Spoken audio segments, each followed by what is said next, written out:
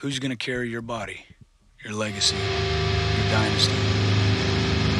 The word Khan in the English language translates to king.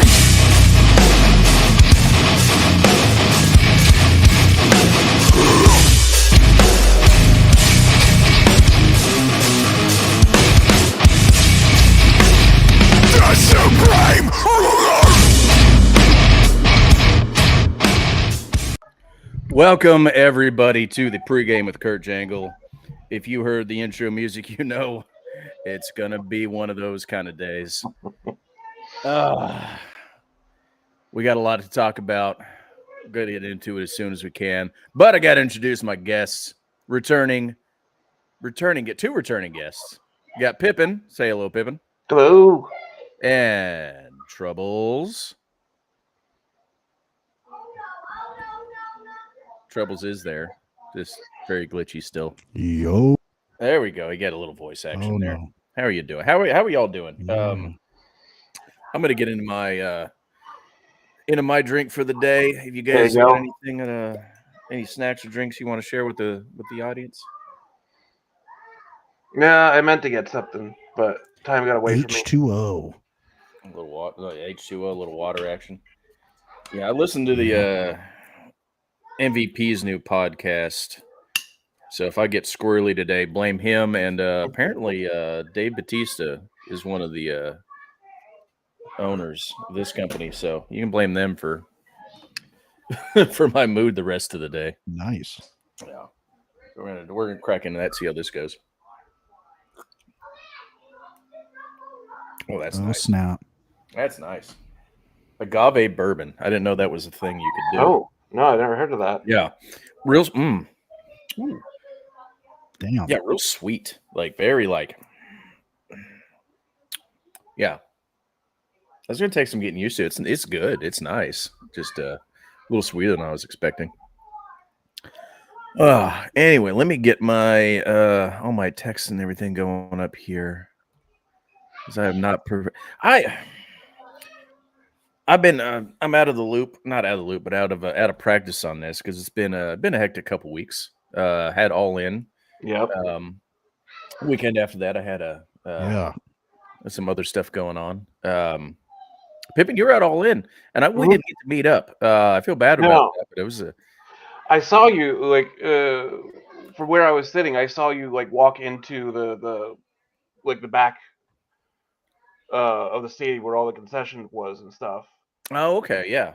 Oh, you saw me walk into that, yeah. Yeah. That's where I found out. I was under there getting my y'all in shirt when that's where we were at when we found out Adam Cole wasn't going to be competing that night. Mm-hmm. Like the news had just broke and was getting around. Everybody's checking social media and seeing that. Yeah, I heard it from the people sitting next to me. I was like, "Wait, what's going on?" And then they did the announcement or whatever of the match. Yeah. And I felt real bad because all in, like everything was just like go. Mm-hmm. There was no breaks between anything. And I finally was like, okay, I got just enough time probably between this match and the next match to go and hit the bathroom and come back. And as I was leaving the bathroom, I heard Adam Cole's music hit. And I was like having to rush downstairs and get past the security and everything. Get back. No, I got to get back to my section. Adam Cole's down there. And then got back in time just to hear the real sad news. Yeah.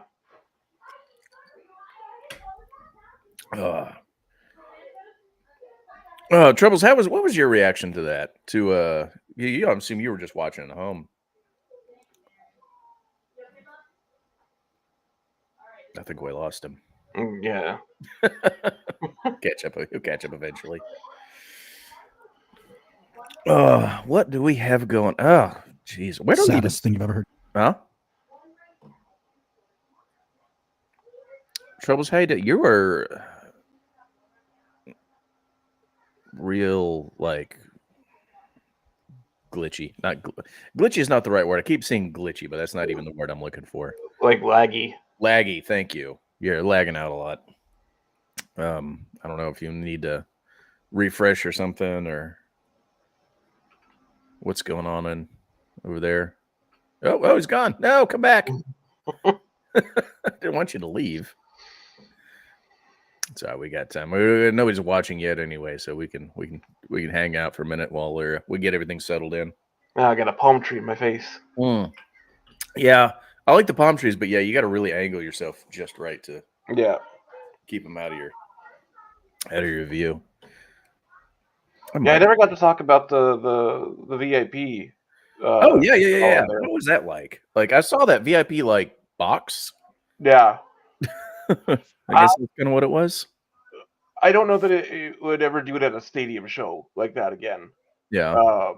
If I was ever gonna do it, I'd probably do it at like a weekly show, because there were so many people, even with the VIP, that you didn't really get like that, like more personal experience or whatever. Yeah, it didn't feel VIP. It just felt like another. I get that. Yeah, I considered that because I saw the ticket packages. I was like, well, I might be able to swing that, but I was like, I stick with what I got, and But what was it like? Any other perks to it, or just you get to sit in that box? So that was like the party deck. I wasn't over there. Yeah. Okay. Where my trouble's back. You're looking a little better now. There we go. Where my seat was, it was like I was looking pretty much straight on at the entrance ramp, and I was the first row up from the floor. Okay. Which was still pretty far back because it's a baseball stadium. Like you're not meant to be close. It's a big place. Yeah. Carry on. I'm just gonna let everybody know we're going live already. Yeah. Yeah, that was nuts that you guys were like all there. It's like, dude, but it's like you think about it, you're like, oh man, everyone's gonna meet up, this and that. No, this is a huge venue. Like, yeah, to get everyone coordinated is impossible. Basically. Yeah, it was a stroke of luck that I ran into the people I did run into. Like they just happened to be like walking by. Yeah, no, I had planned on meeting up with some people from the local indie here in Austin and the Tunnel Talk girls, but it just didn't happen because there was just so much going on, and that place was gigantic. Yeah, and it's still new, at least to me. It's still like it's so new. I don't know my way around there yet. I couldn't even if we'd like had solid plans, I wouldn't have been able to tell you like, okay, I'm going to be here because I don't know where there would have been. Right. Yeah. Well, isn't that a fairly like newly built up area, right? Like there used to not be a lot of stuff over there. So for the longest time, it was because I'm from Arlington. So we had the original like Rangers, the Turnpike Stadium, which is just a big oval, like hard bleacher seat stadium, built in the 60s, 70s, whatever. Mm-hmm. And then they built the ballpark in Arlington, whatever they changed the name to later on. I don't care. It's always been a ballpark in Arlington, or the church, because it just looks like a big cathedral of baseball. And then a little more stuff kind of built up around there. And it was, and then the Cowboy Stadium came in. And then even with the Cowboy Stadium, nothing really took off over there until the newest Ranger Stadium, Globe Life Field, got put in. That's when all the hotels and all the nightlife stuff and everything popped up over there. Well, and that's the deal, right? Like, Texas Live and the Sheraton and all the extra stuff. Yeah, and then like about a couple miles away is you got Six Flags over there, but it was never like true that close until now. Now it's all just almost everything's on top of itself. Mm-hmm. Well, the weirdest part to me about Dallas and that whole Arlington area is I grew up like 6 hours from there, right? I'm from where at? Northwest Arkansas. I'm from Fayetteville. Okay. Go Hogs. Got to get that in there. You say 6 hours. You say 6 hours from DFW. That could still be in Texas. Yeah, right. Yeah, exactly. Absolutely. Yeah, no, that could just be Amarillo. Actually, that would be 9 probably. Yeah, that's literally Amarillo by morning. Yeah, anywhere in Texas. It'd be Beaumont for Yeah. freak's sake. I've done 6-hour drives and been like, well, I'm It's in Abilene now. insane, man. But never went when I Yeah. lived there. And then I was there just for like a layover, basically going somewhere else. And I was like, oh, finally can say I've been in Dallas. So it's so weird. I know like so much about Dallas because all my friends have been there, and never in my life have I been there. But that's why it was so cool when All In got there. I was like, that's neat. And plus it's Arlington, and you know, I get it when you're from a smaller area and people call it like, Yeah. oh, it's just Dallas. And you're like, no. Yeah. Like everybody's like, everybody lumps everything in as Dallas. Like there's 2 other full cities. Fort Worth and Arlington are like full, you know, it's a metropolitan area. There's like, you know, Metroplex, baby. yeah, metro, you know, it's like they're not, it's not all Dallas. Like, No. Is this the Von Erich territory? Relax. Come on. yeah. Things have changed. When they were from, well, you know, they did, you know, the Sportatorium was in Dallas, but they're from Denton. Yep, Denton. You know, that's 20, 30 miles north. Lake Denton, baby. Yeah. That's nuts, man. Mm. But yeah, that was cool. That was like the best. I mean, it's already, to me, show of the year right now. And oh, yeah, it was great. A lot of things are going to have to develop for anything to beat it. So, yeah. Oh, well, what they've done, you know, they've started sort of cement a legacy, which is what we're here to talk about today. And that's how you do a segue, ladies and gentlemen. Very professional. You didn't think I could do it, but I pulled it off. Yeah, we're going to talk about legacy today because there's a lot of there's a lot of stuff going on about people's legacies and how they're going to be remembered, good, bad, and indifferent, probably. So let's start. You guys want to start with the good news or the bad news? I've had a lot of bad news today. Yeah. So let's go into the good, maybe. Let's talk about some of the good stuff. All right. So first up, we're going to talk about the Prince of Darkness himself. Now, there's really good news, but we're more positive stuff at least. You're right. So yeah, as everybody knows by now, yeah, we have lost Ozzy Osbourne. Not super surprising given the health situation, and if you watched any of the clips from Back to the Beginning show, you kind of knew, like, yeah, this is beginning. You know, he's at his own funeral. Yeah. You know. At the same time, though, I thought he was one of those, you know, people are just going to be, you know, obstinate or whatever, and just stick around forever. Yeah. Yeah. Yeah. I think without the extra health issues on top of just, you know, being an older person, I think, yeah, that definitely would have happened. I think it's just the Parkinson's and the aggressive form of Parkinson's that he had. It wasn't there's not a whole lot you can do to, you know, be stubborn about that. It's just gonna get you. And it was rough, you know. It was really tragic only because I kind of, the day it happened, it floored me. I was at work and just in the middle of the day, you know, I think it was like 10 a.m. my time, you know, you're halfway through my day, and I'm like, Ozzy Osbourne. It's one of those things when even you read it like 7 times, you were just like, no, this has to be a troll. So I'm like looking, I'm like, no, this is Variety. Crap, that's not a troll. Maybe it's wrong. You know, that's happened before. And then that's when I saw all the other Washington Post, all of them. And I'm like, oh no.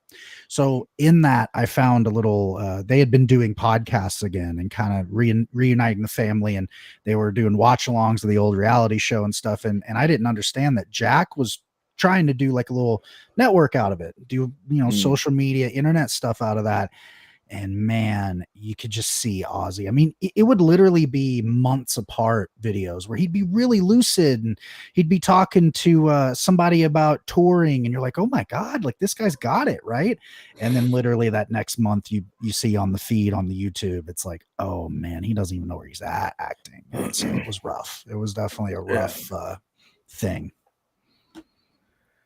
Yeah, and it's so many people, their conception of who Ozzy is as a person outside of music is just all based on the Osbournes, based on a reality show. Mm-hmm. You know, based on the edited, put together parts of like, oh, he's a little drunk and a little high all the time, just kind of farting around his house, you know.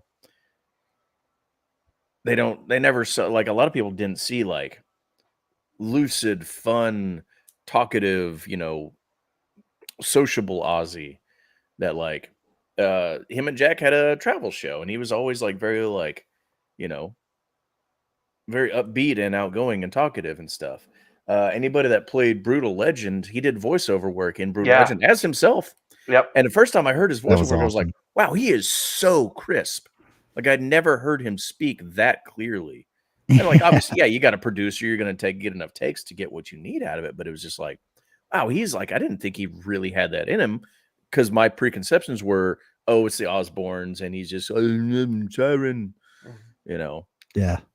You know, it just goes to show, like, you know, you get kind of taught one way to look at somebody, and it takes something else to really pull you out of that mindset. Yeah.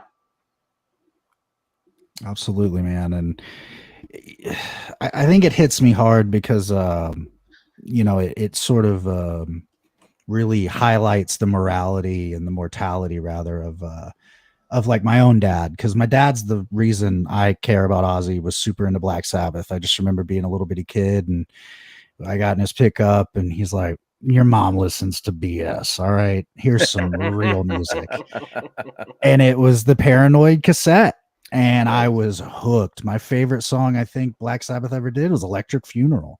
And it's one of those ones that like some people would be like, what are you even talking about? And it's like, dude, no, you know, you got to dive in. And I think that's the other thing about Ozzy is he was a true artist. He always did it for the art of it. I never in a million years ever felt like Ozzy did something for the cash, ever. I don't think that's how he did things, you know? I mean, and that genuine nature is just dying in this world. And so you see a guy like Ozzy go, you're like, oh man, you feel it culturally, at least to me. It's like, dang, that breed's almost gone. Yeah.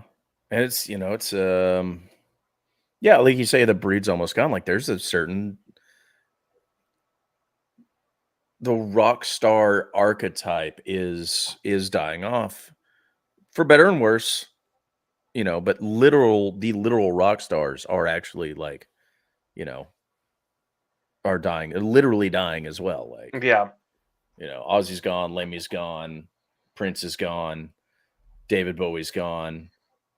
You know, these larger than life, say what you want about them as people, but these larger than life embodiments of like, this is the rock and roll lifestyle, you know, we're losing a lot of that, you know, and there's I mean,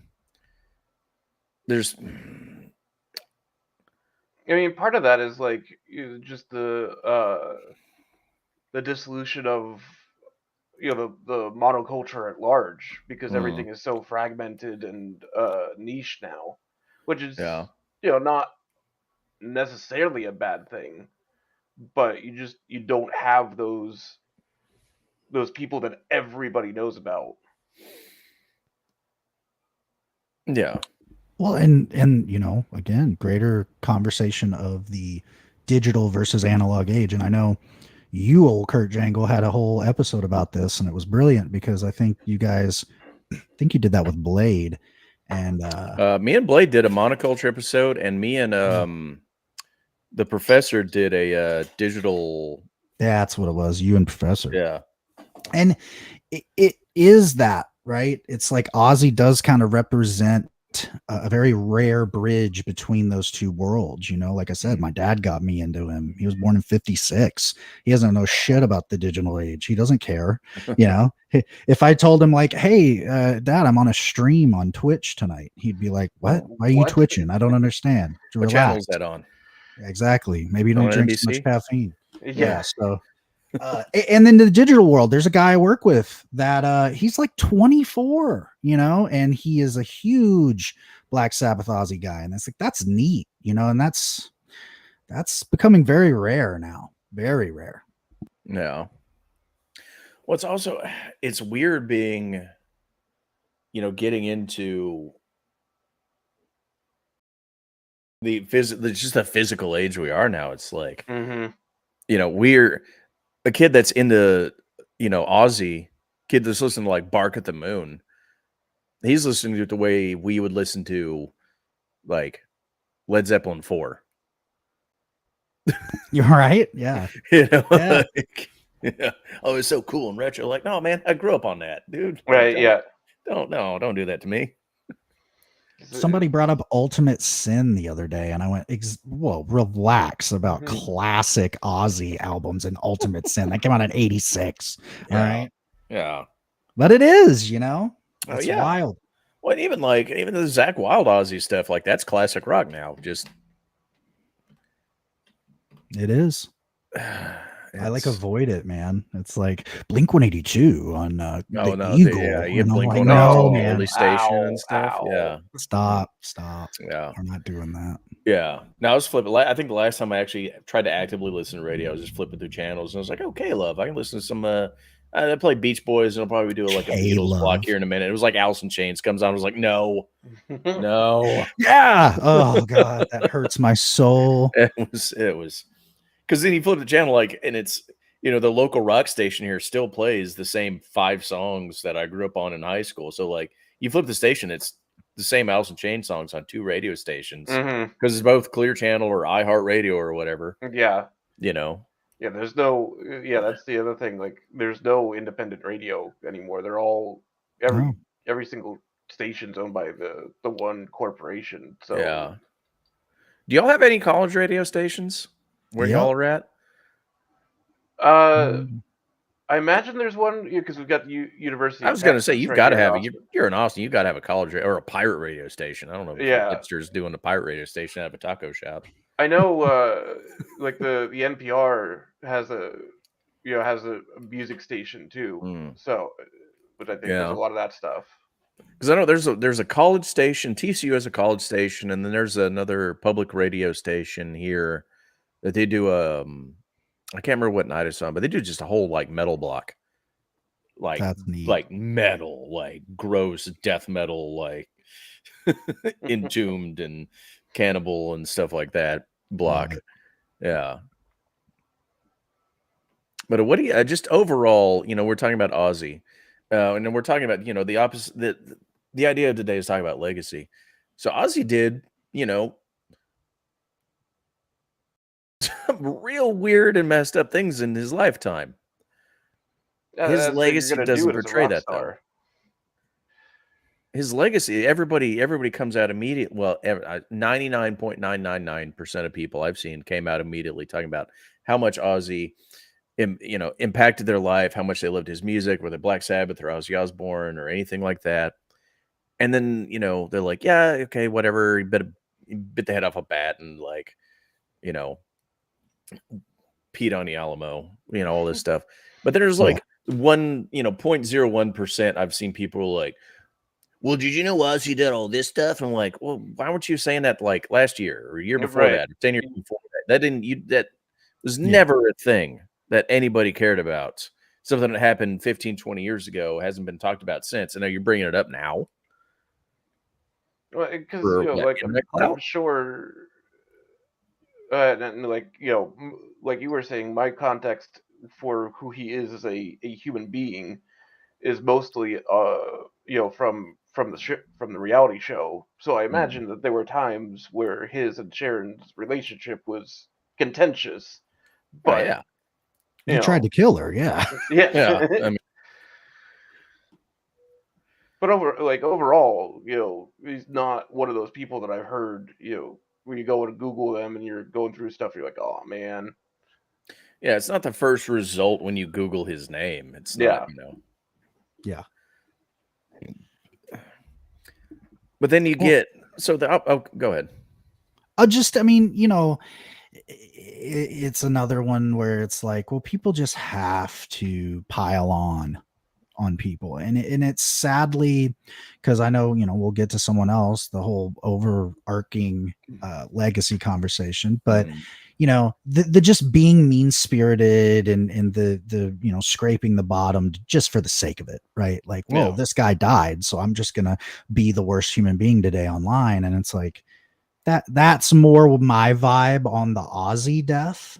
When I see the criticism, it's more like, cool, man, you weren't around early internet to hear about the Dove story. Like, all right, welcome to being 13. Like, to me, it's like, yeah, man. And he feels really bad. And it's another one where with Ozzy, you see repentance. You see a guy that went, man, I did these awful things to animals. So what did he spend a lot of his life going forward doing? Rescuing all these animals. I mean, that was one of the coolest parts of the reality shows. They had 13 dogs in there. It's like, I don't know. And people forget, or they don't even forget, people don't know. Because people only hear the most salacious part of a story. So they like, oh, he bit the head off a bat. Like, yeah, that was like a thing he did on stage. Like, there was all these rubber bats, and he would just bite one of them and throw it into the crowd. Somebody in the crowd brought a real bat to the show and threw it on stage. He didn't know the difference. He's just on the stage. It's dark. There's lights everywhere. It's loud. And, whatever, altered state of mind he might have been in at the time or not. I mean, even notwithstanding, beyond, but also, just the extra mental noise of all that stuff going on. He just grabbed a bat shaped thing and bit it. Exactly. He's not trying to like, oh, I'm going to kill a bat right now. Like, this is the thing I'm going to do today. This is what I woke up with my purpose for the day was. Exactly.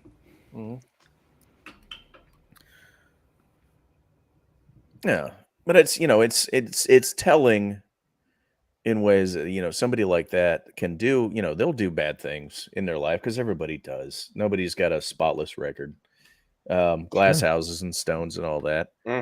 But if you're just a, generally decent person, that comes through and people are going to latch onto that kind of thing. If you're not, then you get the Hulk Hogan situation. I love the spelling. The spelling. Hulk Hogan. And I had to give a little shout out to the Warrior, who was another just problematic weirdo. But even the Warrior didn't get as much of a vitriolic response to his death. Well, because I feel like part of that with him was that the dude was not okay. He was not. Yep. Yeah, just not even just physically, health wise. Like you could tell there was something wrong. Like, yeah, he was having a mental health situation for most of his adult life. I mean, he got roasted. I mean, at a time when you couldn't really talk about or seek help for that kind of stuff, especially as a man. Hold on, I gotta get that. Oh, there you go. Noise. I love that noise. There you go. Well, and you're right. It was a very different world back then. We're talking about 11 years ago. Yeah.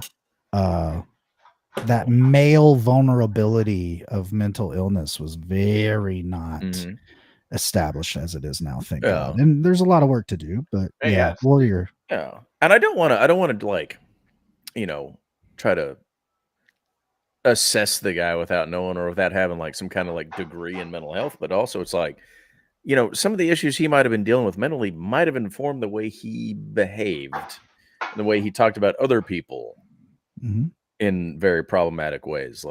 I'm not giving him a pass for anything, but it's also no, it doesn't excuse it, but you could understand. It could inform, just informs maybe okay, he's kind of lashing out because he's angry about something else inside of himself, and he was just like, these people, you know.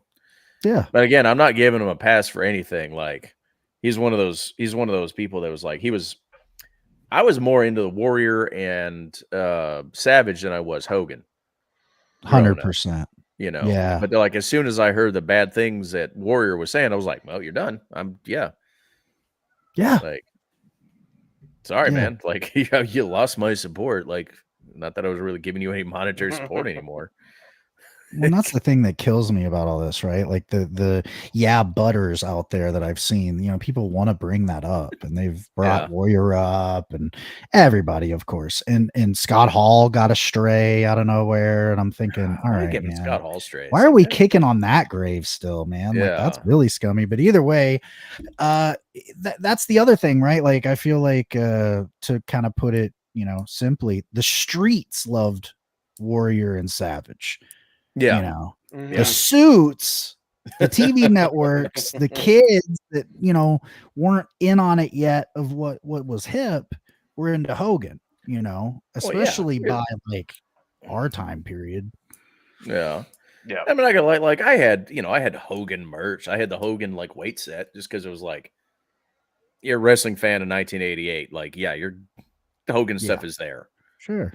Like, that's about all you can really get a hold of outside of going to an actual show. Flair didn't have a shirt, Yeah. So I did have, and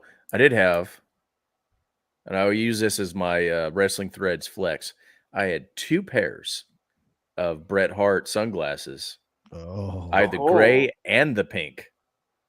Dude. So that's the gray ones. Mm-hmm. I would have hated you in school. I would have been so jealous of you in school. I hated me in school. Bret was my favorite wrestler of all time. Oh, Bret was so good. It is an inside joke with my wife where anyone on a TV show, because we watch trashy reality TV, of course, like, one does. And anytime someone's name is Bret, I do the commercial with the kid, Bret, and she hates it. She hates it every time. I do it every time. And when people tell me in real life their name's Bret, in my head, I'm doing it. I'm like, Bret. Anyway, New Generation commercial. Everyone knows that. Yeah. I just move on with my life. So, Hulk Hogan. Hulk. Like, we gotta get into the meat of this because it's like, okay. Hulk Hogan was the biggest star of the 80s, early 90s, whatever. The wrestling boom. He brought all these eyes and, did all this stuff, and he was the golden boy and all this stuff. It could have been Magnum TA. 100%. Nothing about Terry Bollea was that much more magnetic than anybody else. If you just put them in that spot, giving him that character and let him run with it, and put the machinery behind him. Mm-hmm. Yeah. I mean, that's what Hogan's had. Yeah. It wasn't him. It was the position that he was in. And the package that they put around it. Yeah. Yeah. It was the rock and wrestling combo. And I think people now specifically really don't understand the impact of that. And, that's one of those things. There's like a whole, little nerdy world in wrestling of footage collectors. And the whole thing that they always say is it's in the footage, and it's like, as I watch the footage, I look at it and I'm like, man, there's like at least a strong handful of guys that I would think of that are like, yeah, they could have done Hogan's job or better. Yeah. No doubt. Yeah. I mean, his gimmick wasn't original even at all. No. Like it was Superstar Billy Graham. Mm-hmm. The mannerisms, the vocal inflection, the brother, everything. And then Jesse too. Yeah. Jesse Ventura. He was just being a basic like baby face wrestler of the time. Yeah. He wasn't doing anything special. And then you talk about the rock and wrestling, like I was talking about in the Super Secret Discord. You put most of that on Cyndi Lauper. 100%. And Roddy. Captain Lou and Roddy Piper. That was the angle. That was everyone forgets the angle that started all of it was Piper kicking Cyndi Lauper in MSG. That's what started the whole thing. And Hogan was like the guy Roddy was working with. So everyone went, oh, that's the guy. Okay. Like that's the deal. Yeah. And he wouldn't have been anything without that supporting cast. No. Because look at the supporting cast of characters at the time. Like, okay, Roddy Piper alone, that's your, that's your buddy cop movie co-star right there. Yeah. Yep. He's gonna being around him is gonna elevate whatever you're doing if you're the main guy. You get Roddy Piper, you get Savage, you get who else was that early rock and wrestling? That's right at the cusp of when I got into Sheik. Sheik was a huge draw. People really don't. Sheiky baby. Yeah. So Nikolai too. Junkyard Dog. Junkyard Dog. Yeah. Hillbilly Jim. Yep. Trying to think of the guys that were in the show. That's what I'm trying to do too. I'm trying to remember the characters, the cartoon characters, but I don't know if Andre was in it because he was baby. Maybe he was a friend. He was in the show, but he was. I mean, he was there. Like, yeah, for like sure. he was part of that. Yeah, man. Yeah, like anything like Hogan did or didn't do, like he did. He was the person at the time. He was the biggest star, and he did like whatever he did. People forget he didn't draw as much as Stone Cold Steve Austin. No, Stone Cold was actually the bigger money draw. People forget that. Don't want to talk about that part. You're just talking about pure like financial like success. Yeah. Yeah, he does. He does all that stuff. And then what is his legacy now? Like, okay. So if you look at Hulk Hogan when he's on top from 84 to 98. Didn't he leave WCW 99 like right before? No. Was it 2000? Well, he was one of the ones that kind of sat on a contract, so he got bought out. He stayed technically till the end. His last appearance, he left TV. Yeah, TV. It was God. I want to say summer 2000. He's gone because he worked Kidman and then did the little lay down for. That's when he left. Was when he did a little lay down for JJ and. Yeah, I couldn't remember what year that was though because I wasn't watching WCW. It was in Daytona Beach, brother. Daytona Beach. Yeah, I didn't have far to go. Just walk home after that. Okay. Jesus. So yeah, that's his time on top. Okay, cool. Everything that he did after that literally was chipping away at his legacy every minute he was on TV. Yep. Every single thing he did. The Patriot, maybe not, and then the Rock match, the WrestleMania Rock match. I'll give him those. I've seen clips of when he was doing the Patriot and the Lucha mask. Oh yeah, Mr. America. Mr. America, yeah, whatever it was. Whatever they called him. Yeah. Good spot. It's a couple good spots out of that. The lie detector test. Yeah. That okay. Give him that. I'll give him that. Yeah. And I'll give him the match, against The Rock when they did the double turn in the middle of the match and whatever. Not a great match, but a good, it was a good bit of business. Good little piece of entertainment they put together. Anything after that? All the TNA stuff? Oh, nothing in TNA was good. Nothing. He brought his own reputation down while bringing an entire company down with him. At the same time, yeah. He didn't even get over the company. No. Like usually he's getting over and then something else is failing because of him. Everything came down. It was bad, man. It was so bad. He made Affliction shirts not cool in the middle of them being cool. That was just a TNA thing, though, wasn't it? Like everybody had an Affliction shirt. It was terrible. It was the worst. I had. Why did we doing that? I don't know, man. Wrestling shirts are bad enough most of the time, except this one. This Kid Bandit shirt. Rules. Yeah. Shout out to Kid Bandit, by the way. I'm glad all the sickos are like jumping on the Bandit train. Oh, dude. And there you go. Pile Drive Fascism, folks. Sickosclub.com. Pippin, you got the Derby. You got the Derby shirt, right? Yeah, rocking Derby. Hell yeah. That's a cool Derby. Oh yeah, good shirts going on here. Oh, yeah. Yeah, so Hogan ruins his reputation by just in wrestling already. Then that's not even talking about the Gawker thing and everything that came out of the Bubba the Love Sponge wife cuckolding tape thing. Well, and that was crazy too, because I was living in Tampa Bay at the time. That was where Bubba was doing his show. Oh, so you could probably hear it if you listened closely enough that night. Oh, I can't breathe, brother. Oh god. Poor Pippin, man. Yeah. Like, what was it like being within like a downwind of that situation? Well, because Bubba was never anybody that I was all that into in the first place. Like he was very big, like he was big, very popular. Yes. I never understood it. It was not my deal. But he was like the big local. Was it like a shock jock or just a regular radio he was, drive time? He was a shock jock. He was a wannabe Howard Stern. Okay, because this thing I never looked into him too much. I don't know. I don't have a background on who he is. So like, I don't know, I'm just an idiot. Trying to get some idiot. Yeah, he was on the like the local, the Tampa area rock station at 98 Rock. Mm.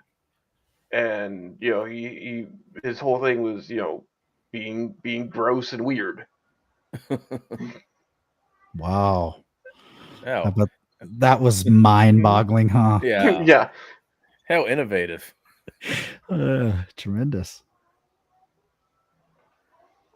So, yeah, but I have to imagine Tampa went nuclear because the thing is, I mean, people forget Hogan is legit from Tampa. So it's not only where he lived, it's where he's from. And he never moved. So he always was like a guy in Tampa. It's like Flair now minus the, shitting himself part. Like he actually was a patron places. And so it's weird. You see around town when you're out and about. Yeah. So that had to be nuts. Yeah. Well, yeah. Cause a friend of mine went to high school with Brooke. Oh, really? Wow. Yeah. So they knew. At least at the time, seemed like a semi-normal person.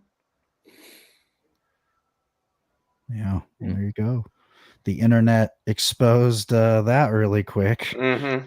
Yeah, and then a thing that gets a little bit forgotten is that a lot of the backing for the lawsuit to keep it going wasn't Hulk's own money. No, it was. He actually didn't understand where the backing was coming from. It turns out it's Peter Thiel. Heritage Foundation, Peter Thiel, who has been backing a lot of weird. What's a good word for these type of just ghouls? Yeah, I'm gonna say ghouls, vampires, ghouls. Just awful. No, they're not cool enough to be vampires. Yeah, that's true. Vampires are sick. Vermin. That's a good way to put it. Vermin. Yeah, vermin's good. Yeah. Peter Thiel. Good Lord, what a name. Yeah. Well, there you go. We got our Peter Thiel segment in, I guess. Get that tied in there. It's just weird. And, and then because you tie that in and then it all ties back into everything else that's going on. Like, it makes it all, it does get, you want to or not, it gets political because it's just. Of course. That's kind of a starting point of Peter Thiel going, oh, I can solve my problems with money. Mm-hmm. And I can buy things to be the way I want them to be. Well, and I've seen people try and spin that whole thing as a good thing, like, oh, now we don't have to worry about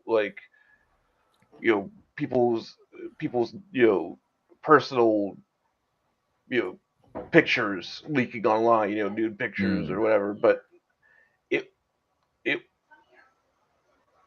any of that kind of protection, or it was completely undone by the actual intentions behind the whole thing. Yeah. Yeah. Now I will say, like, Gawker's not without fault in this because, yeah, Peter Thiel was closeted and they outed him. That got his ire, and that started a lot of that. They shouldn't have done that. No.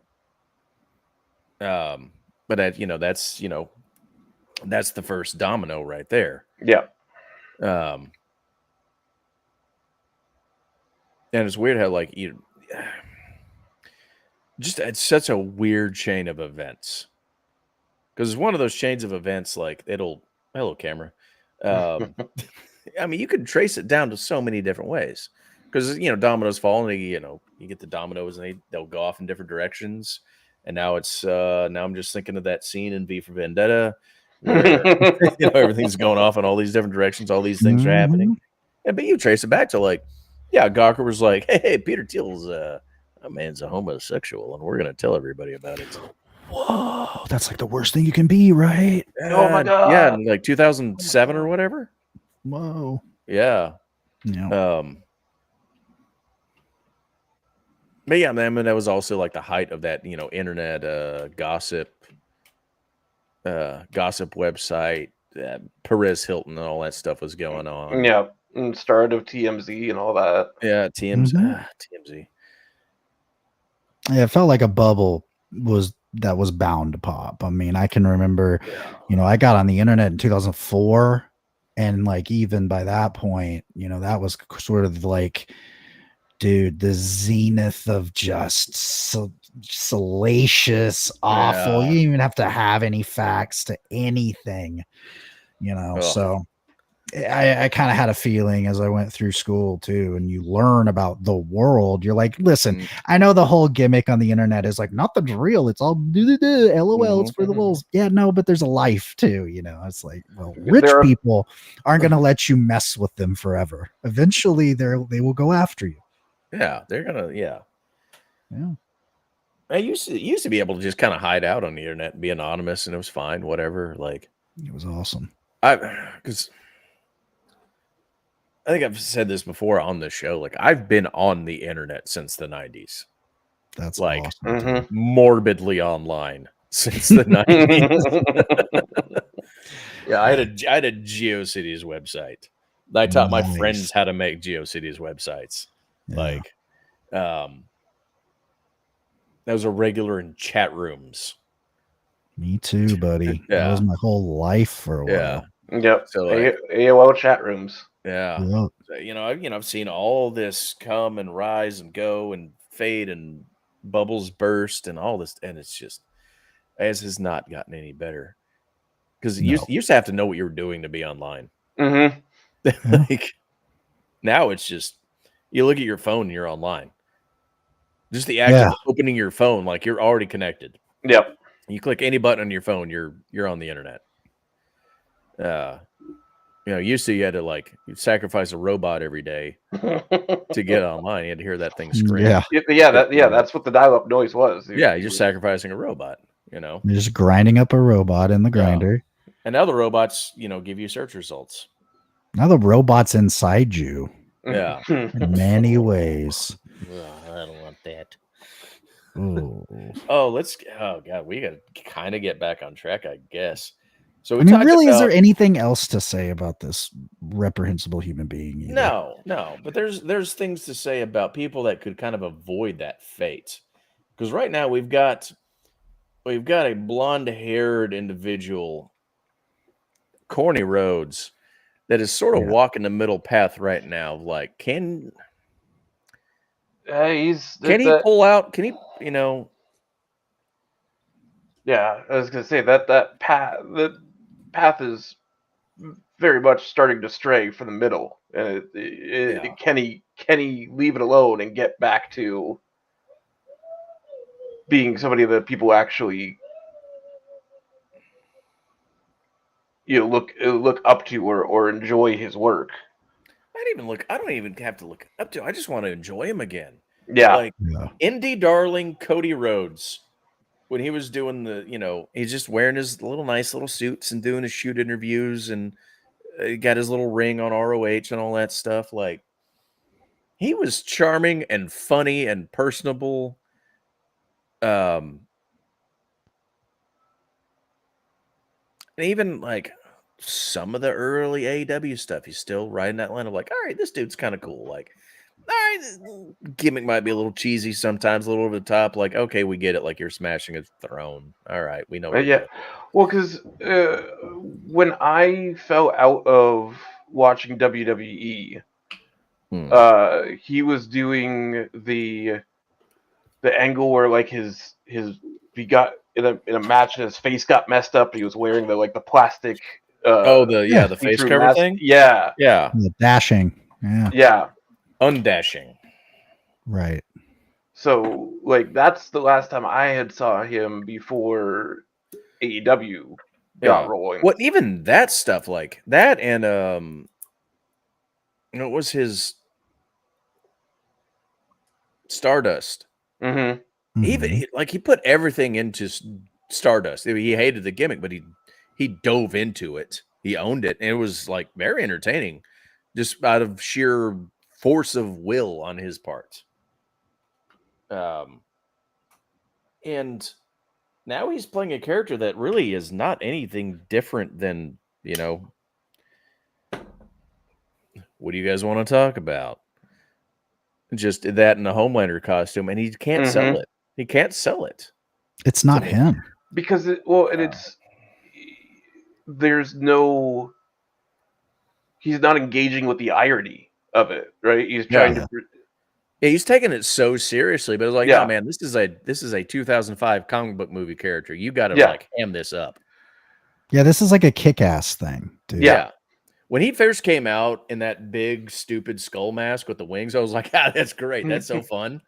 And then it was like, oh, he's taking it seriously. No, yeah, like, oh, he means this. No, yeah. Because at first you look, if you know anything about like WrestleMania entrances, you see that and you think of like, oh, he's kind of ribbing Triple H for that Terminator entrance. Mm-hmm. Yeah. Like, no, he's taking it as seriously as Triple H took that Terminator entrance.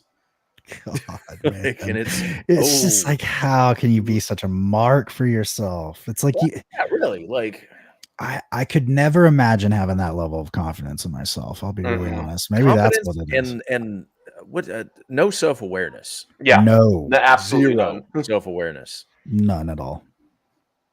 And of course he'll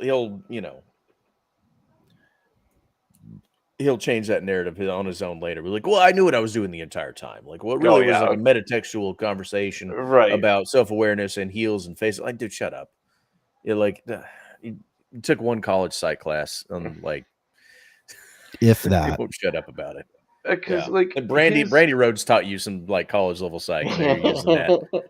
He listened to a Raven shoot interview. Wrote down some $2 words and yeah. Oh. But like the original TNT championship run is still one of my favorite title runs in AEW, and brought in so many people that he brought a lot of people to the fore. He got Eddie Kingston, right? Yeah, to national acclaim. Ricky Taints. I think Ricky Taints did it once. Ricky Taints got I don't remember. Got a rub a little bit, and that was up to him to ruin that. He got Warhorse on TV. And he got Warhorse on TV. That ruled. So I miss that version of Warhorse. I know he's doing whatever he's doing now, but yeah. And the whole thing with Brody Lee. Yeah. Yes. Oh yeah, can't forget that. I mean, he did good stuff, and he put over Malachi day one. Yep. But see, that's the issue. I think that might have been the last like really solid thing that Cody did in that AEW run. But then even then, that got weird. Yeah, because they didn't follow it up very well. Because he was like, "I'm gonna get my win back." Like, no, just let Malachi kick you. Like, he's much cooler than you. I think the thing that I think of when I think of Cody and AEW is like, to me, Cody's greatest AEW moments were always at the expense of himself. It was someone else getting over because they were more over than him. And I think that bothered him so much. You could see it. Like the go shit. There was so much stuff that he would shoehorn, and you knew he was doing it because like, well, I'll look better than this guy. And once yeah, I mean, and but see, our the fan base learned, and we were like, we know what you're doing, bro. Well, And- it's because I was thinking about the time he threw the his weight belt out into the crowd and they threw it back. Yeah.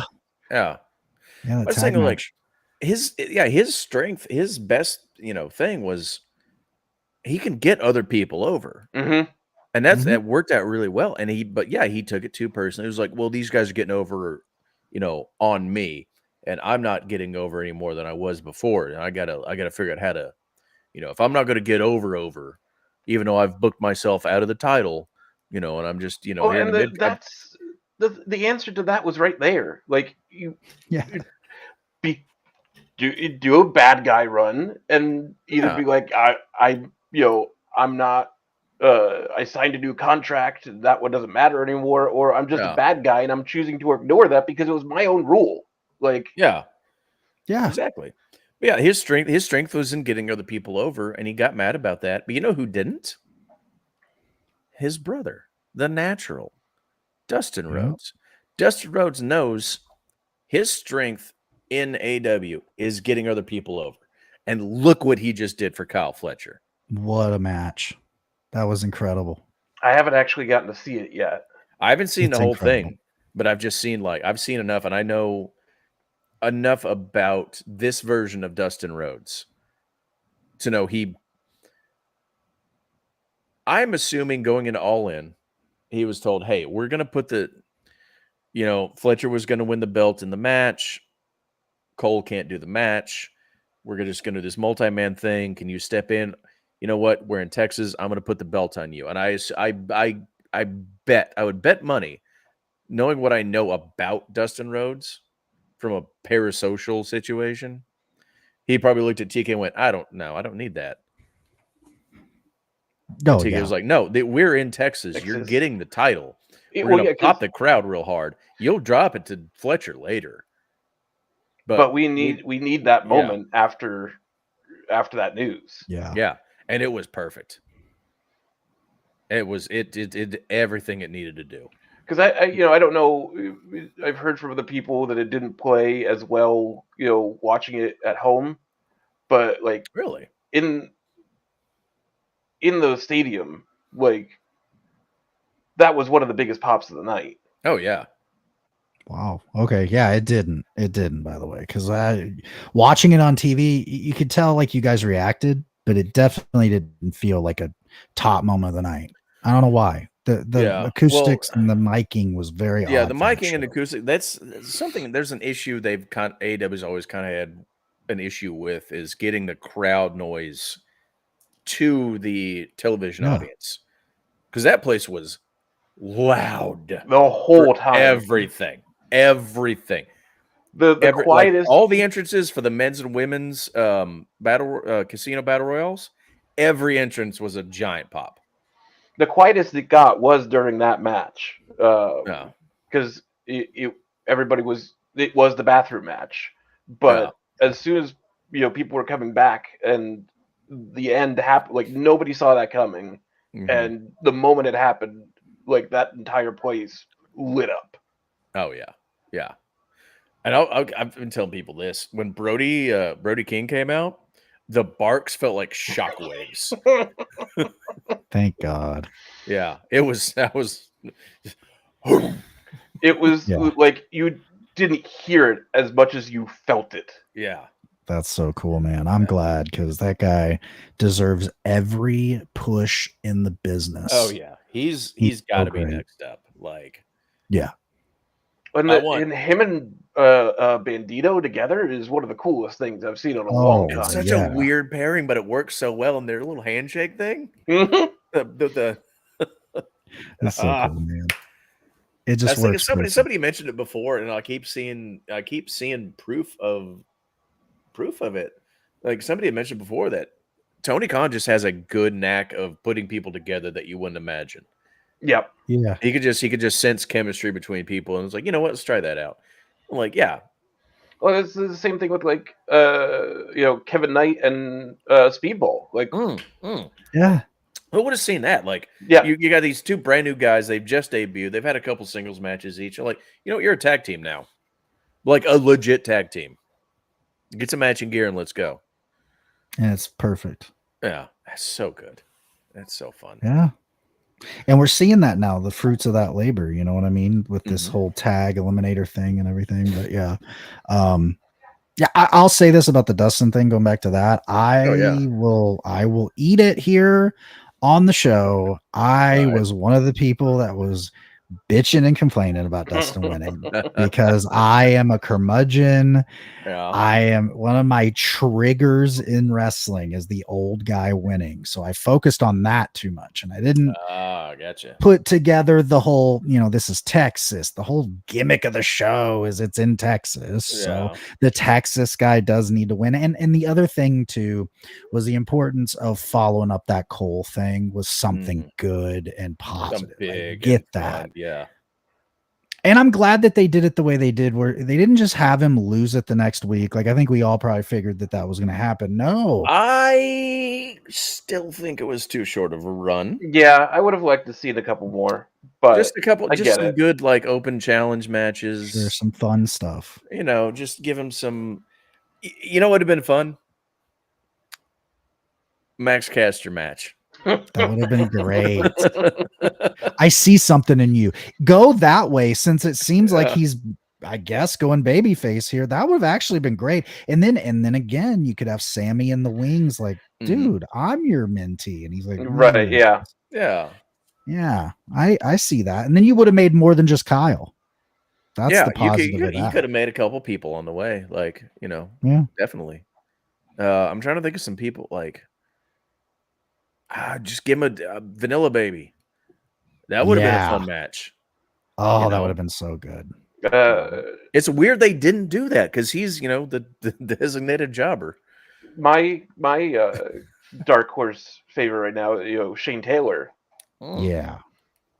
That would have been a fun match. That would have been so good. That would have been one of those. But I think Shane Taylor, enough of Shane Taylor where, like, you almost kind of got to have him win that. You know what I mean? Yeah. Like, he needs to get some. He needs some ROH. He needs something. Yeah. Just something. He needs something there.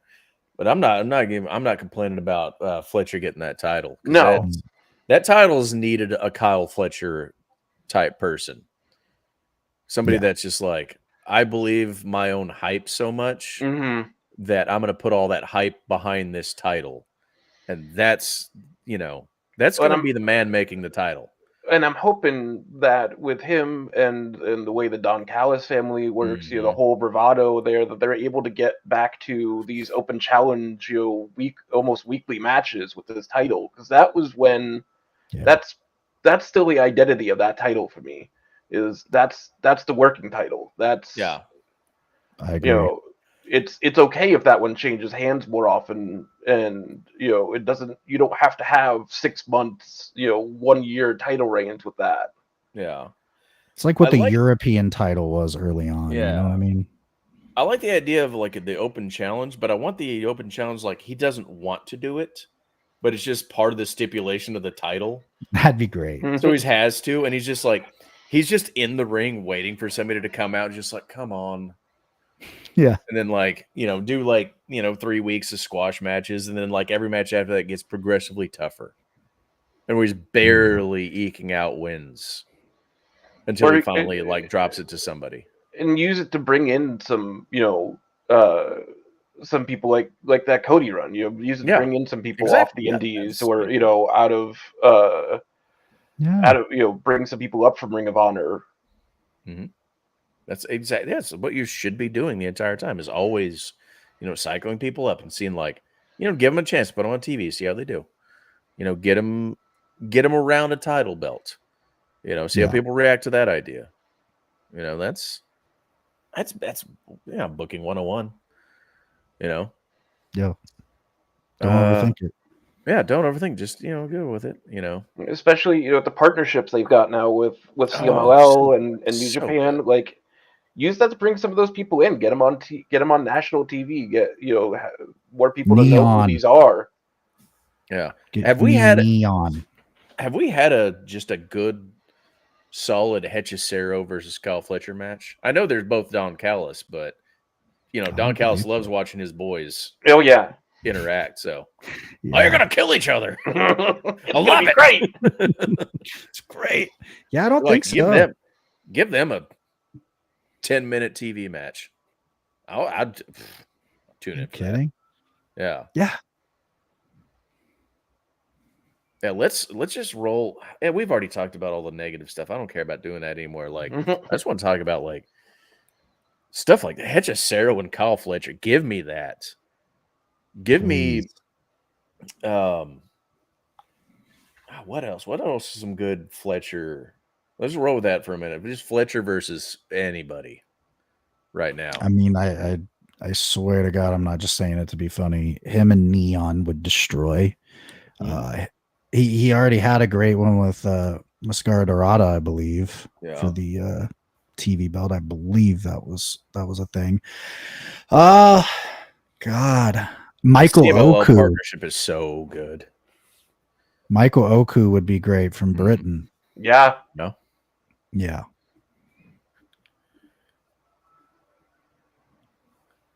There's tons of guys. I mean, that's the thing about wrestling today, is there's almost too many good talents out there and not enough places. That's like the opposite of what our problem was in 2001. Yeah.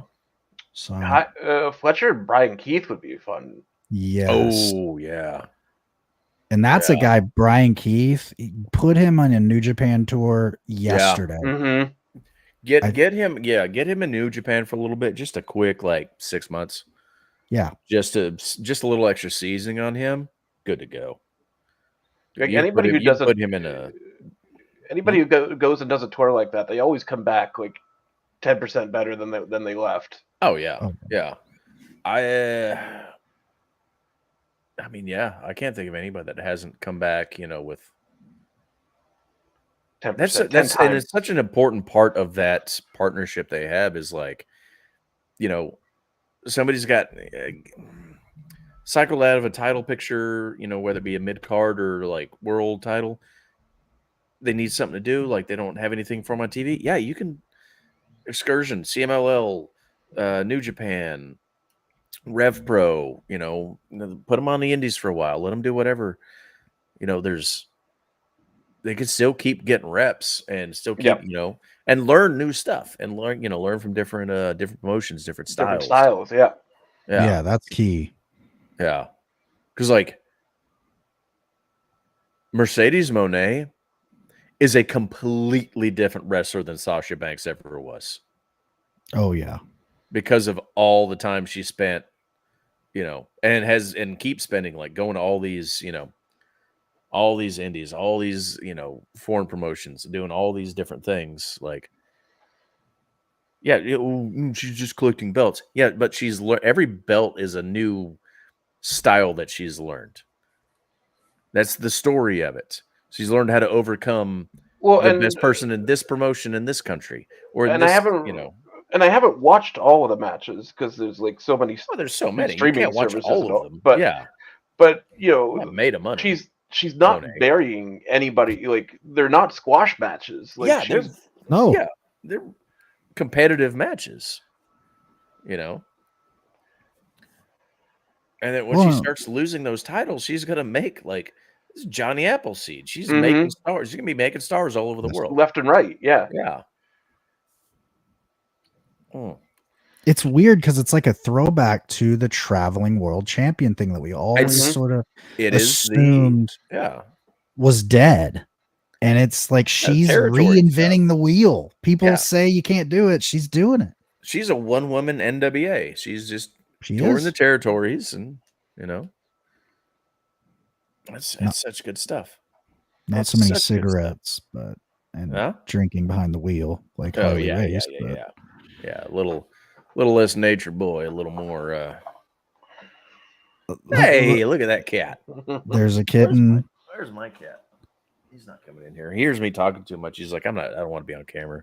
My Yorkie is out of range over here. She's pissed.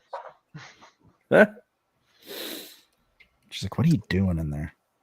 So I've got two other notes. If we want to continue on with legacy talk, VKM and Rock the Dwayne Johnson. Holy good Lord! Well, Oh, you got opinions? Sounds like you got opinions. Where do you want to start?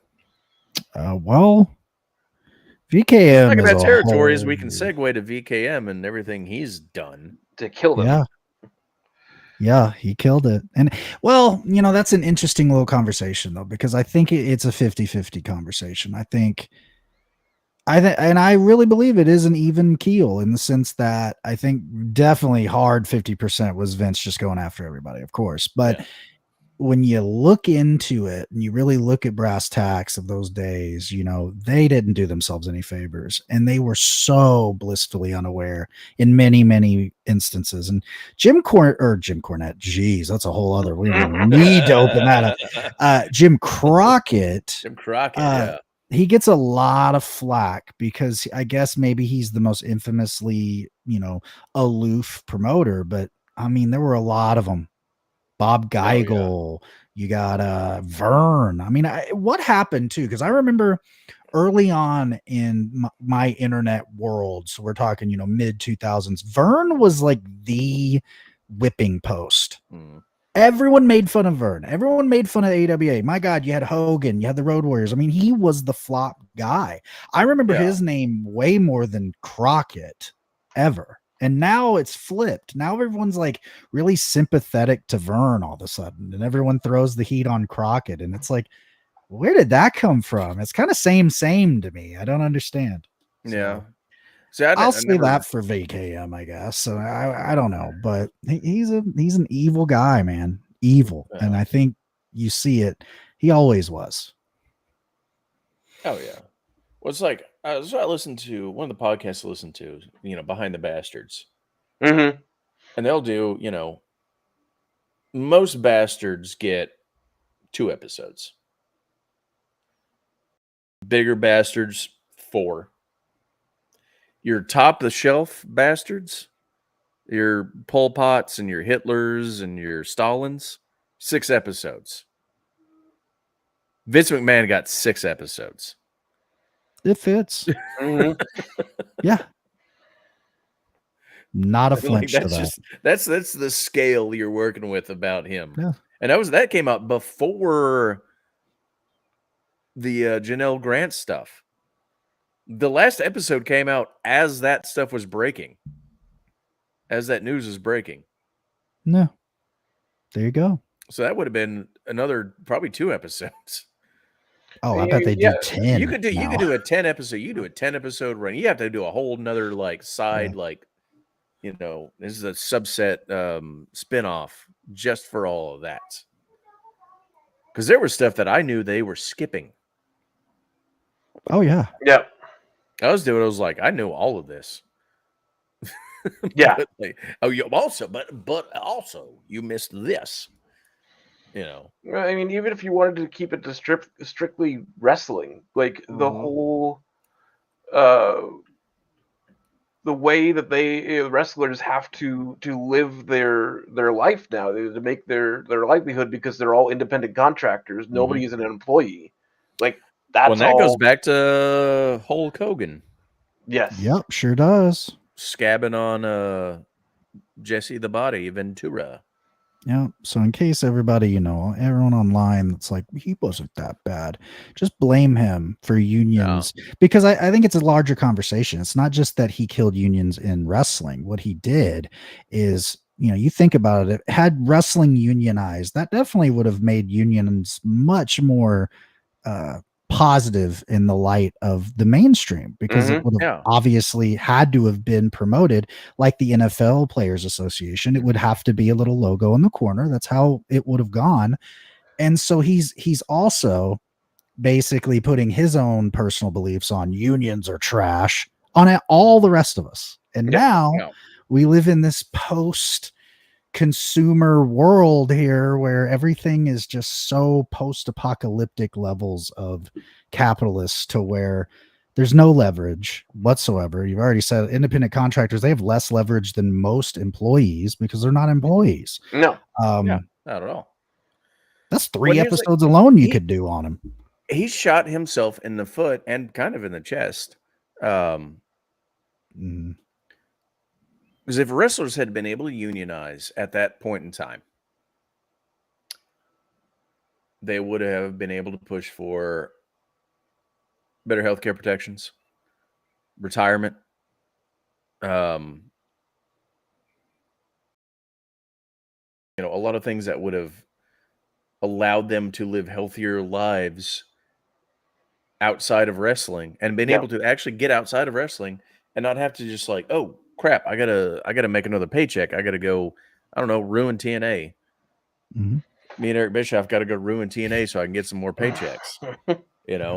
So then like those you take those dominoes, see how they fall. Wrestlers get unionized. Maybe Roddy Piper's still alive. That's what I'm thinking. CTE would have maybe been much more understood earlier.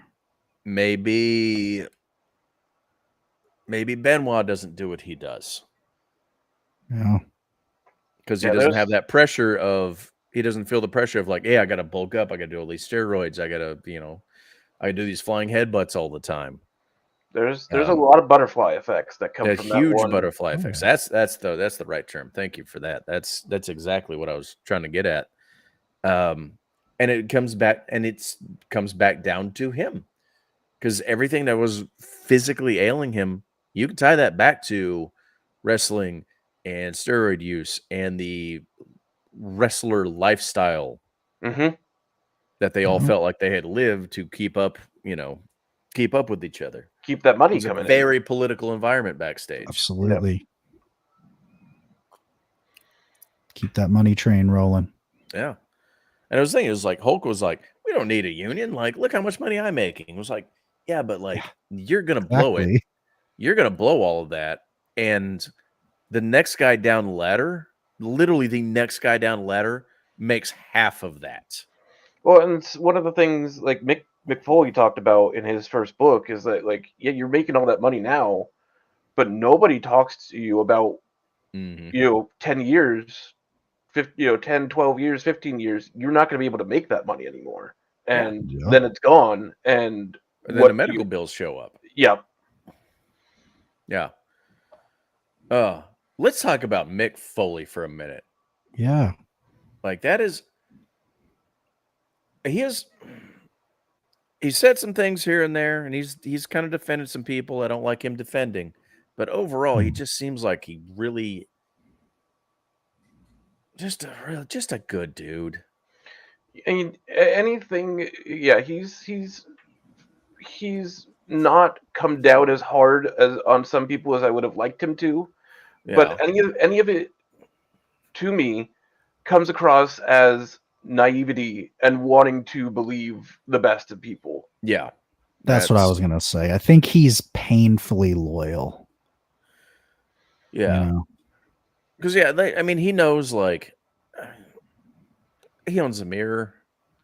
He can look at himself and go, yeah, I got lucky in this business.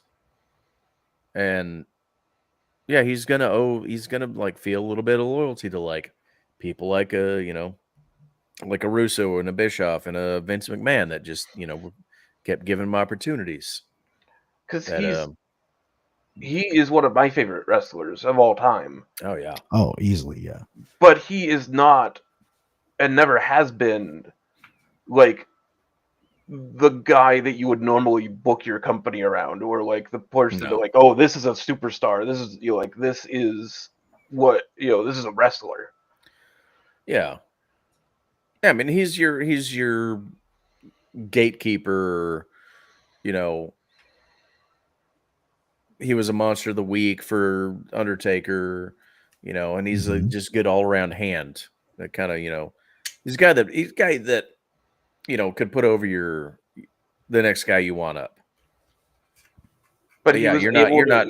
Yeah, he was able to get by and keep going through the fact that people just liked him.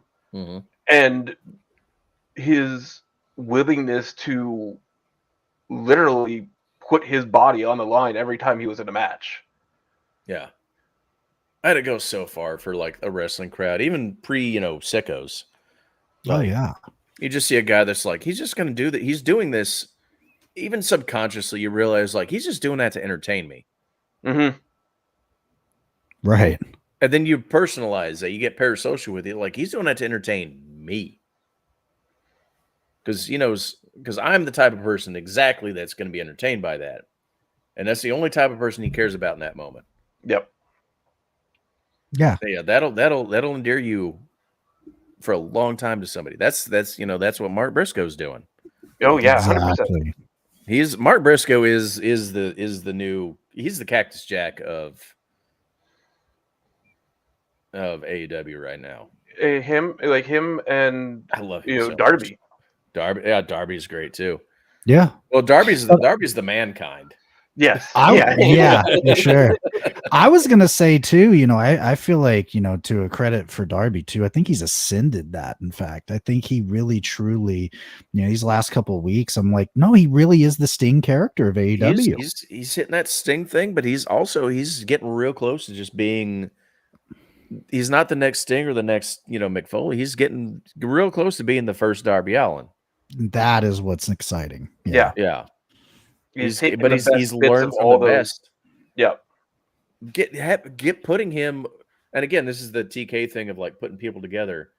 Putting Darby with Sting was Masterstroke. Yes. absolutely masterstroke. That's a once in a lifetime opportunity you get, and to be able to seize on that moment and do it.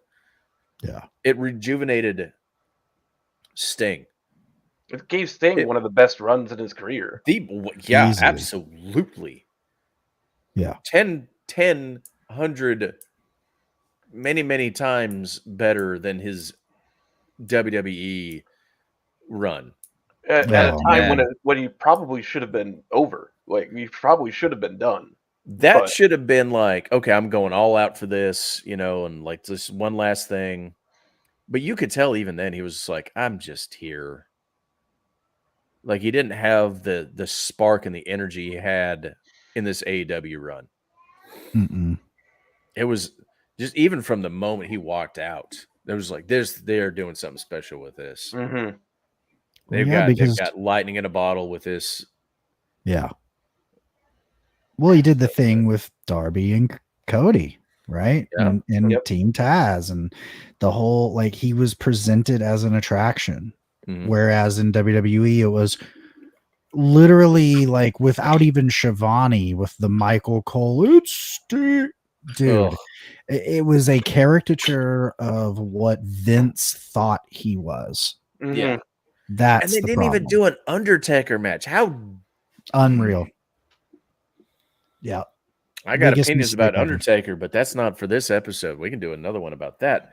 But like, you can't have those two in the same company at the same time and not do it. I know. We got to have him face Seth Rollins. No, you don't. No. Nobody was asking for Nobody that. wanted to see that. Yeah. Not at all. No. And then they threw Taker with another guy, Bork Laser. Another one. It's like all these shows that they were on together, and they're wrestling the wrong person every time. Yeah. Because now in hindsight, it's like it had to have been Vince just didn't want to do the match. I don't know what it was with him. He clearly just didn't see it. He never understood. Well, because it wasn't his idea. Right. Yeah. And Sting wasn't his character. Bill Apter brought that up like in 96, and so he got hot and he never forgot or something. I don't know. Yeah. I don't get it. It was what everybody else said this would be a good idea, and it wasn't his idea, so it couldn't be a good idea. Great idea, and a great example of that, by the way, is DDP and The Rock. That was another one that if you lived in that era of like 99, 2000 wrestling, that was a People's hot champions. match. Yes. That was champions. hot. That was hot. That would have worked. And also look Nothing. at if you want to do the Undertaker streak, how much more solidified is that streak going to be if he goes over Sting? Yeah. Mm-hmm. Because that's literally him just like putting a stamp in the ground and going, Who? what else is there? Yeah, what else you got? And then that's when he should have lost to Roman. Yeah. I agree with that. You keep the streak intact all the way up to Sting, beat Sting. Mm-hmm. Roman's the next one, loses to Roman, and the Roman's made. Yeah. I mean, And at that point, Undertaker's still not so physically gone that he couldn't have done a good job for Roman. Yeah. I mean, another guy that I have opinions about, but Mr. CM Punk there would have also, there was also a time where that would have been the match, that would have been the person to end that streak. Yeah. Yeah.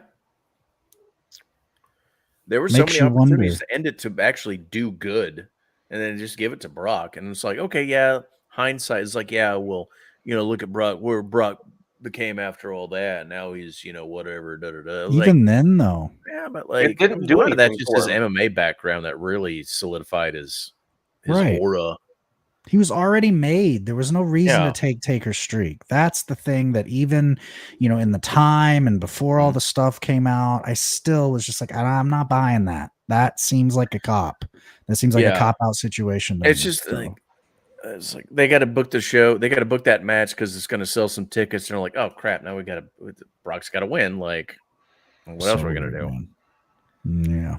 Yeah, that was I think that was a match that was booked before the ending was realized, where they realized what they had to do there. Yeah, Vince special right there. By the way, that's the patented Vince. We'll get to it later. Yeah, we got to get the tickets sold first. Rewriting matches 5 minutes before the show goes on air. Yeah. I mean, that's and that's what we could say right there about the legacy of Vince McMahon. Is not like he's not some genius that figured stuff out. It's just like he stumbled into some greatness here and there. You throw enough shit at the wall, something's gonna stick. Yeah, something's gonna stick. Yeah. Well, and this is going to be an odd thing. It's going to be a plug to something probably random to some people. There's a website called WrestlingPlaylist.com out there. Highly recommend. It's Charles, this guy from the old days of the wrestling internet. And he wrote probably the most comprehensive wrestling prose I've ever read in my life. And it was like this weird, the year of 1987 from everywhere that there was footage. And he talks about how it's not given, there's not enough credit given to what you're saying of how lucky Vince was. And when you, it's like I said earlier, when you look at the footage, when you look at the numbers too, there were a lot of markets where Crockett was outdrawing Vince by a lot. There's also a famous story, I believe in 85 or 6, when they ran in Alabama and they not only forgot their own ring and had to rent their ring, which had their logo in the middle of it, but they also got destroyed at the box office by Little Continental Wrestling out of Alabama. So it is, and people want to put this like, well, Vince is a genius. And I'll say this, did he have genius moments? Absolutely. I don't know if I'm ready to call him a genius. I think he's a guy that got in a business that was ran by a lot of old school brother promoters that, let's call it what it is, outside of the wrestling business, weren't the brightest people on earth. No. I think Bill Watts is probably and Eddie Graham are your, geniuses in the equation. I think a lot of the other guys, just again, another luck situation there. So we really do need to always keep that in mind when we talk about VKM. Like, dude had a lot going for him, and he always had the New York market, and that's hard to beat. There's a lot of when people talk about luck, and there's an idea that some of luck is just being prepared at the right time for what you get. So situation comes up, you're just prepared to take advantage of it. That's the Vince McMahon story. Like he had access to and money to pay the right people at the right time to join his company. 100%. And he had a good market. and he had connections to get television going. And we got somebody in the chat. I haven't had a chat yet today. Nice. Best viewers on streamboo.com. Okay, cool. Look at this. Ah, nice. Yeah, look at that. I got a spam comment. That means we're blown up. Killing it. Yeah, once the bots start coming, that's when you made it. Yeah, right. I think there's only the second bot I've ever had on the show, so I'll take that as a win. Beautiful. Yeah, but yeah, back to VCam. Yeah, it's just he was prepared, and he had the money, and he had the promotion, and he had the contacts that he needed, and he was able to put everything together at the right time. And he bought, he got Hogan because Magnum TA wasn't available, right at the right time. I'm always going to harp on that. I really that's the sliding doors moment for me. Is like it's Hogan or Magnum TA, and then you just pick which way it goes from there. But now actually, I think we're getting to live the opposite timeline. Yeah, because look at Hangman. Exactly. I said it from day one that Hangman is like the second chance for a Magnum TA top guy. Yeah. And I think he's knocking it out of the park. I'd love me some Hangman. He's the man. Yeah. He's the Hangman. There you go. Well, I think I'm gonna have to get out of here, guys. I was gonna start wrapping it up. Okay, perfect. Yeah. Any last comments? Any last things y'all want to pitch in here about the topic of legacy? Anybody we've been talking about? And then plug away anything you got going on. Yeah, take the floor, Pippin. I talk this whole time. I don't have, I'm I'm losing the word that I'm looking for, but I go on get podcasts as guest. I don't have one of my own. I'm a vagrant. A vagrant. Podcast vagrant. No, you're just You're a permanent resident on several podcasts. That's how you should. That's fine to do. Yeah. There you go. But I do have on my Blue Sky. It's the pinned post. I've got a fundraiser going together for my wife. She's the one who put it together, wrote everything out. Just some surgeries that she needs to improve her quality of life, get some of it back that she's lost. We all know in the United States the medical system is fucked. Yeah.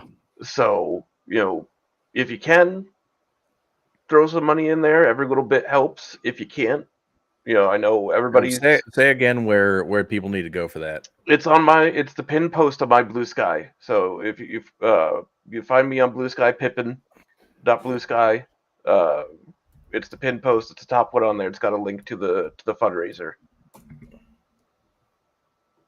I don't want to take money out of anybody's mouth. So if it's I know everybody's going through shit right now, but if you donate if you can, if you can't, boost the link, get it out there. The more eyes on it, the more chances we can get to that goal. I haven't set anything in stone yet either, but I think I'm running out of time to do it for Forbidden Door, so I might do it around All Out. But I'm gonna try and put together a stream on my Twitch channel where people can come through and send me for a donation, send me their worst match, and I'll sit and watch it. I love that. I love that idea. Yeah. That sounds fun. Pay to make me watch bad wrestling. Yeah. Nice. I like that a lot. Yeah, like you need any more help promoting that, let me know. Like I do. I actually do because this is August, this is my birthday month. And it's usually when I start my push for the Extra Life donations. So I've done a lot of promoting for like fundraisers. So if you need any help promoting that, let me know. Like, yeah, no, that'd be great. Yeah, hell yeah, I want to help out with that. Yeah, I got it on the scroll on the bottom. Pippin.bluesky. Yeah, we got one viewer. Go find Pippin on Blue Sky. Check that out if you can. If not, like and share. That always helps. Troubles, what do you got? What do you got going on? What do you want to leave the people with, the person with? Well, literally, it dropped tonight, right before I got on here. The latest episode of From Crockett to Chaos that is on YouTube. It is me and the JIMDB that we know from the super secret Discord. We're going through the full catalog of WCW. It is a labor. I would love to say a labor of love, not every time. No. What are you up to now? Like, what's I haven't listened to the newest episode. I need to catch up. So we just did Wrestle War 90 with the worst song to promote a pay-per-view in history. Okay, so you're in the 90s already. Okay. We are in 90. We just got into 90 and we're plugging along. So my socials, I'm on Blue Sky as well. I'm Troubles Weekly on Blue Sky. And then on Threads, I'm Troubles Wrestling Pod. I couldn't get it all together, of course, because I'm a mess. And those links there, I have my YouTube in the pinned profile pretty much permanently. I've got a Substack. I'm just one of those people online that just goes on and on about wrestling and doesn't stop. That's all right. And look, it is, something I always tell people is like, look, if you know how to type in a Google bar, you can find any of these things. Yeah, exactly. You can find Pippin on Blue Sky. You can find Troubles Weekly, Troubles with Wrestling. You can find me. I'm Kurt Jangle. I'm Kurt Jangle on everything. I'm so jealous of you, man. That's gotta be nice. It was weird being able to find like a very recognizable name with just one letter. Yeah. And that nickname ties back into the fundraising thing. And I'll explain that. I'll explain that on another episode, or I'll do like a little one-off video. Give the full breakdown about the Kurt Jangle name. Nice. But as for me, Kurt Jangle, you've already found me. You're right here now if you're watching this. Pregame with Kurt Jangle, the only adult on the internet.com. Check that out. Got a Patreon, Kurt Jangle. There's only one option. It's $3.50. It's buy me a beer. And it just keeps the morale up for the show. Love it. There's not any extras yet. Like maybe I'll take a picture of the beer I drink and send it to you. Be like, hey, look, you bought me this one. Cool. Yeah. I'll do more later. Patreon. Check out sickosclub.com. You'll be able to find a lot more information about, all of us weird sickos. Other than that, this has been a pregame of Kurt Jangle. I've been Kurt Jangle. Pippin and Troubles, y'all have been great. Always a pleasure, buddy. Yeah. Oh yeah. Same here. Pippin, I can hear you talking, but your face is frozen. Yeah, I know. I don't know what happened with my camera. Yeah. All of a sudden, I'm see my own box. It's just black. Yeah. It wouldn't be this show unless there were some technical difficulties. For sure. But I will say, like the darker it's gotten, the more like crisp my camera has been on me. Because of the background, just like, oh yeah, just get this face. Exactly. Terrible stuff. Anyway, I'm gonna let y'all go. Thanks again for hanging out, talking about Legacy. Who's been doing good with theirs, who's kind of dropping the ball, and who might be able to pull it out. Talk to y'all soon. All right. Talk to the rest of y'all probably next Friday. We'll see. This is not as tight as I want it to be, but we're getting there. Thanks again. This has been a pregame. You've been great. Thank you. Love you. Goodbye.